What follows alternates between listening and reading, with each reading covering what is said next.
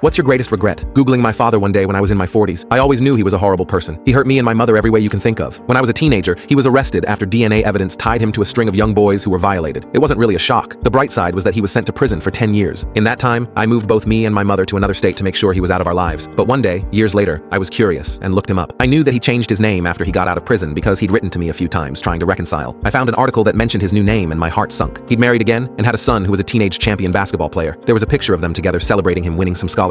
Seeing his hand on his son's shoulder made me sick. I found my half-brother on Facebook and contacted him, telling him who I was, and asked if he knew what kind of man our father was. He didn't seem to have any idea what I meant. I sent him the court documents and explained to him what he'd done to me and my mother. I just wanted him to know the truth so he could protect himself and his family. But 2 days later, I got a call from an unknown number. It was my father. Sobbing, he told me that his son had unalived himself. Apparently, he'd had a lot of mental health struggles, and finding out his father was a monster was the last straw. My father asked me if I was happy now that I'd ended the life of an innocent child. I don't know if it was my fault, but I wish I'd never looked him up.